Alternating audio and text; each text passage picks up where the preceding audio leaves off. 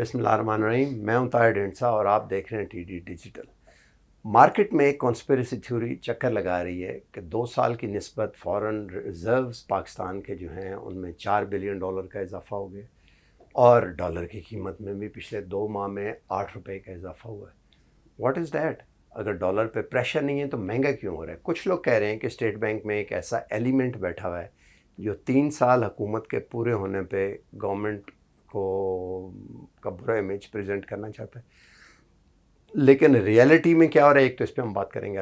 دوسرا، گورنمنٹ کی total macro economic performance جو ہے گزشتہ 3 سال میں کیا چیلنجز تھے اور انہوں نے کس طرح ہینڈل کیے، ان 2 بات پہ بات کریں گے۔ ہمارے ساتھ ایز یوزول موجود ہیں doctor Abid Qayyum Suleri who sits in the government committees۔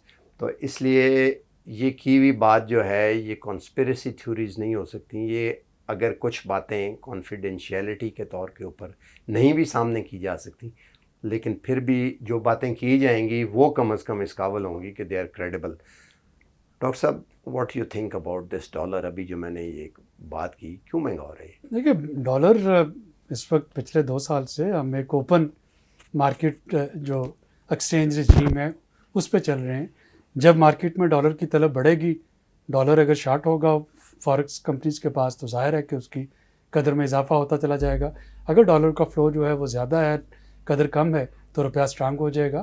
جو اسٹیٹ بینک کے پاس ریزروز ہیں وہ تو اسٹیٹ بینک کی اپنی پیمنٹس کے لیے ہیں، وہ اسٹیٹ بینک کو اپنے بیلنس آف پیمنٹ کو مینٹین کرنے کے لیے ہیں، جی او پی کے وہ گورنمنٹ کے، اور وہ گورنمنٹ کے اسٹیٹ بینک نے جو بھی اپنا ایک تھریش ہولڈ رکھا ہے کہ اگر روپے کی قدر جو ہے اس تھریش ہولڈ سے نیچے جاتی ہے تو وہاں پہ تو جا کے شاید اسٹیٹ بینک اس میں انٹروین کرے، لیکن ادروائز اگر ڈے ٹو ڈے بیسس پہ $1 مہنگا ہوتا ہے یا $1 سستا ہوتا ہے تو اسٹیٹ بینک اس میں بہت زیادہ مداخلت جو ہے وہ نہیں کر رہا ہوتا۔ اس سے پہلے تک جو ہم نے دیکھا ڈالر کی جو قدر جو ہے وہ بڑھ رہی تھی، پاکستان پہ جو امپورٹ پریشرز تھا، ان امپورٹس کے نتیجے میں جو ادائیگیاں کرنی تھی، لوگ جو ہے کمپنیز وہ ان ادائیگیوں کے لیے ڈالرز بائی کر رہے تھے، ایک وہ فیکٹر تھا۔ دوسرا فیکٹر جو ہو سکتا ہے، مجھے نہیں پتا کہ یہ ہے کہ نہیں، وہ ایک پالیسی انسٹرومنٹ کے طور پہ اگر آپ کا کرنٹ اکاؤنٹ ڈیفیسٹ ایک خاص حد سے اوپر جانے لگتا ہے، بیلنس آف پیمنٹ کا کرائسس نظر آنے لگتا ہے، تو حکومت کی کوشش ہوتی ہے کہ وہ امپورٹ کو ڈسکریج کرے، اور امپورٹ کو ڈسکریج کرنے کا بہت سادہ طریقہ جو ہوتا ہے وہ یہ ہوتا ہے کہ آپ اپنی کرنسی کو تھوڑا سا ڈیپریشیٹ ہونے دیں، کرنا دیں، تھوڑا سا ہونے دیں، تاکہ امپورٹس مہنگی ہو جائیں، جو ان نیسیسری امپورٹ ہے وہ آنی بند ہو جائے۔ تو یہ ایک دوسرا فیکٹر ہو سکتا ہے۔ تیسرا فیکٹر جو ہے وہ 14 اگست کے بعد سے شروع ہوا ہے، اور وہ فیکٹر ہے جو کہ اس وقت افغانستان کی سچویشن اور اس کے نتیجے میں پاکستان کی جو فارکس مارکیٹ پہ جو پریشر پڑ رہا ہے۔ تو ہمیں یہ نہیں بھولنا چاہیے کہ افغانستان میں اس وقت بینکنگ سیکٹر جو تھا وہ معطل ہو کر آ گیا پچھلے 2 ہفتوں میں۔ جو افغانستان کے اپنے ریزروز تھے وہ امریکہ نے فورفیٹ کر لیے، IMF ورلڈ بینک نے ان کے ساتھ کام کرنا بند کر دیا۔ ابھی چونکہ وہاں پہ ایک حکومت نہیں بنی ہے، اس لیے انٹرنیشنل کمیونٹی یا یہ ادارے کس طریقے سے اس کے ساتھ چلیں گے وہ تو بات کی بات ہے، لیکن افغانستان میں کنفلکٹ شروع ہوتے ہی پاکستان میں ڈالر اسٹریکنگ کا سلسلہ شروع ہو گیا۔ بھلے وہ سلسلہ جو ہے وہ پاکستانی جو انویسٹرز تھے انہوں نے شروع کیا، یا جو جن کے بزنسز تھے افغانستان میں، یا افغان انویسٹرز جو پاکستان میں تھے، یا بہت سی افغان کمپنیز جو کہ پاکستان میں بیس تھی، تو ڈالر کا ڈبل پریشر جو ہے اس وقت اوپن مارکیٹ میں پڑ رہا ہے۔ پاکستانی صارفین کا اپنا پریشر ہے، افغان صارفین کا یا افغان ریلیٹڈ صارفین کا اپنا پریشر ہے، اور یہ دونوں پریشر مل کے اس وقت روپے کی قدر کو نقصان پہنچا رہے ہیں۔ تو آپ یہ کہہ رہے ہیں کہ جو افغانستان کا ہے، ظاہر ہے اگر وہ خریدے گا تو روپی کاؤنٹر پارٹ میں خریدے گا، ڈالر جو ہے وہ that is being stack by لیکن آپ دیکھیں نا کہ ایک یعنی آپ پاکستان افغانستان ٹریڈ لنکیجز یہ تو ہمیشہ سے اسٹیبلشڈ ہیں۔ افغانستانی انویسٹرز کی، بزنس پرسنس کی ایک بڑی تعداد ابھی بھی پاکستان میں موجود ہے، بالکل، اس سے پہلے بھی تھی۔ بہت سی کمپنیز ایسی ہیں جو کہ جوائنٹ وینچرز میں ہیں، جوائنٹ انویسٹرز ہیں۔ تو اب اگر وہاں پہ پرابلم آ رہی ہے، کنفلکٹ آ رہا ہے، اور بہت سے ایسے لوگ ہوں گے جن کو کہ ڈالرز کی ضرورت ہے، یا وہ چاہ رہے ہوں کہ اپنے جو روپے ہیں، افغانی روپے ہے یا پاک روپی ہے، اس کو ڈالر میں کنورٹ کریں۔ وہ بات کی بات ہے کہ وہ پیسہ افغانستان لے جایا جا سکتا ہے، نہیں لے جایا جا سکتا، یہ بات کی بات ہے کہ وہ پیسہ لیکن جہاں سے پاکستان سے باہر ڈالرز جائے کا گا. بڑا حصہ جو ہے وہ مارکیٹ کا حصہ نہیں رہا، یہ کہہ رہے ہیں اخوان. بالکل ٹھیک ہو گیا. دوسرا سوال جو ہم نے جس کا ذکر بھی کیا تھا کہ 3 سال حکومت کے آپ کیسے دیکھتے ہیں macro economy? It's more stable یا جو چیلنجز تھے اس کے مطابق گورنمنٹ نے اچھا پرفارم کیا؟ دیکھیں اگر میں یہ ڈپینڈ کرتا ہے جو 3 سالہ کارکردگی ہے اس کو بہت برے طریقے سے لتاڑا بھی جا سکتا ہے، بہت اچھے طریقے سے ڈیفینڈ بھی کیا جا سکتا ہے. ڈیپینڈ کرتا ہے کہ آپ پولیٹیکل اسپیکٹرم کی کس سائڈ پہ کھڑے ہیں. اپوزیشن جو ہے اس کو ظاہر ہر چیز میں غلطیاں نظر آئیں گی. حکومتی بینچ پہ بیٹھے ہیں تو آپ کو ہر چیز جو ہے وہ ہری بھری نظر آئے گی.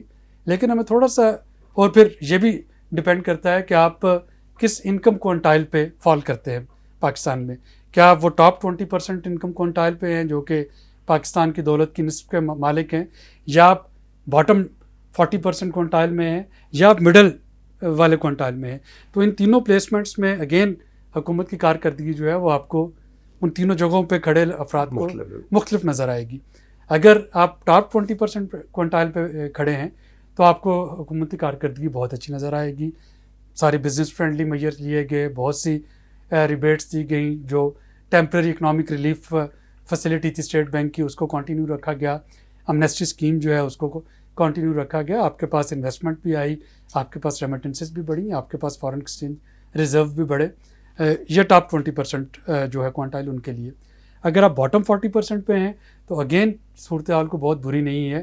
احساس program, Benazir income support program, targeted subsidies جو پیسے مل رہے تھے، آنے والے جو ابھی انیشیٹوز جن کو اناؤنس کیا گیا ہے، بلا سود قرضے دیے جا رہے ہوں گے، گھروں کے لیے قرضے دیے جا رہے ہوں گے. تو اگین ان کے لیے بھی سچویشن جو ہے کو بہت بری نہیں ہے. جو افیکٹ جن کو پڑ رہا ہوگا وہ غالباً آپ کی مڈل کلاس ہے کہ ان کو ظاہر ہے کہ وہ امپورٹڈ چیزیں بھی وہ یوٹیلائز کرنا چاہتے ہیں. جب روپے کی قیمت گرے گی تو ان کو چیزیں مہنگی لگیں گی. ان کے پاس گاڑیاں بھی ہیں، جب پیٹرولیم پرائسز بڑھے گی ان کا بل بڑھے گا. انہوں نے اے سیز بھی چلانے ہیں، جب انرجی پرائسز بڑھیں گی اگین ان کو ہٹ ہوگا. تو یہ ڈپینڈ کرتا ہے کہ آپ کس انکم کوانٹائل میں ہیں. لیکن میرا خیال ہے کہ اگر ہمیں اس وقت 3 سالوں میں ایک آبجیکٹیو اسیسمنٹ کرنی ہے تو ہمیں ان چیزوں سے تھوڑا سا اوپر ہو کے سوچنا چاہیے. اور اوپر ہو کے سوچنا یہ ہے کہ پچھلے 2 سال جو گزرے ہیں، یہ جو گزر رہا ہے کووڈ کا، اس سے اس حکومت نے کتنا ایفیشینٹلی فوکس کیا ہے. یعنی پاکستان وہ ملک ہے یہاں پہ کہ جب کووڈ آیا تھا تو ہمارے پاس یہ فیسلٹی بھی نہیں تھی کہ ہم خود سے ٹیسٹ کر کے دیکھ سکتے بالکل ٹھیک ہے کہ سیمپل پازیٹیو ہے یا نیگیٹیو ہے. چائنا بھجوا رہے تھے، وینٹیلیٹرز کی شارٹیج تھی، دوائیوں کی شارٹیج تھی، پی پی ایز نہیں تھے. جب ویکسین کا اناؤنس ہوا تھا تو ہم میں سے بہت سے لوگ یہ ڈرتے تھے کہ پتہ نہیں پاکستان میں کبھی کوئی ویکسین دیکھنے کو ملے گی بھی یا نہیں، یا یہ سوچا جا رہا تھا کہ شاید جو بہت امیر لوگ ہوں گے ان کو مل جائے گی، باقی کسی کو نہیں ملے گی. میرا خیال ہے کہ اس وقت اگر حکومت کی 3 سالہ کارکردگی میں ہمیں فوکس کرنا ہے تو ہمیں یہ دیکھنا ہوگا کہ اس کرائسس سے کیسے گزر رہی ہے. اور اس کرائسس میں کووڈ سے نپٹنا، خواہ وہ ہیلتھ انفراسٹرکچر کے حوالے سے ہے، اس کرائسس میں ویکسینیشن کو رول آؤٹ کرنا. آج پاکستان میں کوئی یہ نہیں کہہ سکتا کہ میں ویکسین لگوانا چاہ رہا ہوں اور مجھے اویلیبل نہیں ہے. میں بہت غریب ہوں، میں بہت امیر ہوں، اگر میں لگوانا چاہ رہا ہوں تو ویکسین مجھے مل رہی ہے. بلکہ پاکستان ان چند گنے چنے ملکوں میں آئے گا جو کہ 1 سپٹمبر سے 17 سال کی عمر کے بچوں کو بھی اب ویکسین شروع کر رہا ہے، اور اس کے بعد 16 سال کی عمر پہ آ جائے گا. ابھی تک ایڈلٹ پاپولیشن پہ بہت سے ملک جو ہیں وہ اس کو نہیں شروع کر پائے ہیں. اسی طریقے سے جو سوشل سیفٹی نیٹس ہے، Ehsaas program, Benazir income support programme, اس کے تحت جتنے بھی انیشیٹو لیے گئے، یہ ایک احساس تھا لوگوں کے لیے کہ واقعتاً اسٹیٹ موجود ہے جو کہ ریاست اپنی ذمہ داری پوری کر رہی ہے. تو میرا خیال ہے اگر مجھے 3 سال کی کارکردگی کا جائزہ لینے کے لیے کہا جائے تو میں اس چیز پہ فوکس کر رہا ہوں گا کہ کووڈ سے حکومت کس طرح سے نپٹ رہی ہے، این سی او سی کتنا افیکٹو پلیٹ فارم بنا. بالکل ٹھیک ہے. آخر پہ کوئکلی ہم ایک سوال کرتے ہیں، آپ سمجھتے ہیں کہ ان 3 سالوں کے بعد ایک ایسا پلیٹ فارم اویلیبل ہو گیا اکنامک، خاص طور پہ میکرو سٹیج پہ، جس سے اب نو وی کین لیپ فراگ؟ دیکھو یہ ڈپینڈ کر رہا ہے کہ افغانستان کیسے ایوالو ہوگا. اچھا، آپ جس پلیٹ فارم کی بات کر رہے ہیں نا، اس پلیٹ فارم پہ پاکستان نے انٹرنلی تو جو کرنا تھا کر لیا. آپ نے اپنی پالیسیز ان لائن لے آئے، فاٹف کی کمپلائنس آپ نے کر دی، ایکشن پلان جو تھے وہ پورے کر دیے، لوپ ہولز ختم کرنے شروع کر دیے. اب ڈپینڈ کرتا ہے کہ افغانستان کی سچویشن میں جو گلوبل ویسٹ ہے وہ پاکستان کو کہاں پہ دیکھتا ہے، اور اس گلوبل ویسٹ سے پاکستان کو کیا ریلیف ملتا ہے، یا پاکستان کو ریلیف اگر نہیں بھی ملتا تو ہرڈلز جو تھی وہ کتنی ختم ہوتی ہیں پاکستان کے راستے سے، جو کہ مختلف اس وقت ملٹی لیٹرل اور بائی لیٹرل انسٹیٹیوشنس کے ذریعے سے پاکستان کو فیس ہو رہی تھی. اس کا یہ ڈپینڈ کرے گا کہ ابھی جب ایکسپیٹس جن کو ہم پاکستان میں رکھ رہے ہوں گے 1 مہینے کے لیے، اللہ نہ کرے کیا اس کا کوئی بیک لیش تو نہیں ہے اس طرح کا؟ ایکسپیٹس یا جو مائیگرنٹ ہیں، جو مائیگرنٹ ہیں جو کہ ایک مہینے کے لیے افغان ایکسپیٹس جو افغانستان سے آ رہے ہیں، جن کو ہم 1 مہینے کے لیے کراچی اور اسلام آباد میں رکھ لیں گے، خدا نخواستہ ان کی یہاں پہ موجودگی جو ہے وہ کیا کوئی ریپل افیکٹ تو نہیں ہوگا؟ کوئی سیکورٹی سچویشن جیسی اللہ نہ کرے کل کابل ایئرپورٹ پہ دیکھنے کو ملی کہ اس طرح کی کوئی چیز جو ہے وہ تو نہیں آئے گی. تو اس وقت پاکستان جو ہے دوبارہ سے کراس روڈ پہ ہے. اور وہ جو پرائم منسٹر بار بار کہتے ہیں، اور میں اس چیز کو دہراتا ہوں کہ تب تک پاکستان کی اسٹیبلٹی جو ہے وہ نہیں ہو سکتی جب تک افغانستان اسٹیبل نہیں ہوتا. تو پاکستان کا ڈائریکٹ اسٹیک ہے کہ ایک اسٹیبل افغانستان ہو. اگر افغانستان وولاٹائل رہے گا تو اللہ نہ کرے پاکستان جو ہے یہاں پہ بھی سچویشن کو بہت بہتر ہوتی نظر نہیں آتی. چلیں جی، یہ تو اللہ کرے، دعائی کر سکتے ہیں ہم. تو باٹم لائن یہ ہوئی کہ جو فوریکس ہے اس میں بھی اور باقی سچویشن پہ بھی افغان سچویشن ایک دفعہ سے پھر ایسی ہے کہ now it depends on that. اور جہاں تک حکومت کا تعلق ہے وہ یہ ہے کہ کووڈ کو ہینڈل کرنے میں حکومت نے بڑی سکسیسفل رہی ہے، جس کے نتیجے میں پاکستان ڈیزاسٹر سے بچے اور یہ کمپیریبل ہے گلوبلی. آج تک کے لیے اتنا ہی. ملتے ہیں اگلے پروگرام میں. تب تک کے لیے اجازت دیں. اللہ حافظ.